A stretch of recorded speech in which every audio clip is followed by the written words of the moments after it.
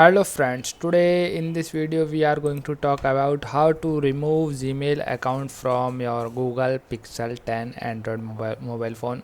So let's get started. First of all, you need to go your Play Store.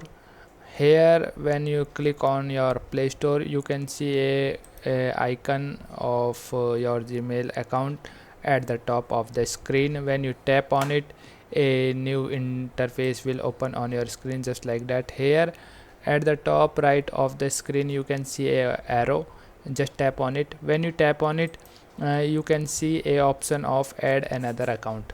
Just tap on it. When you tap on it, a new interface will open on your screen just like that. Here you can see all your Gmail accounts which is logged in your Android mobile phone, and just select uh, any one of your Gmail account which want you to remove. Okay, so in my case I select the second one, so just tap on it. When you tap on it, you can see a option at the bottom of the screen. You can see a option of remove account. Just tap on it. When you tap on it, a new pop-up window will open on your screen just like that. Here just simply tap on OK button.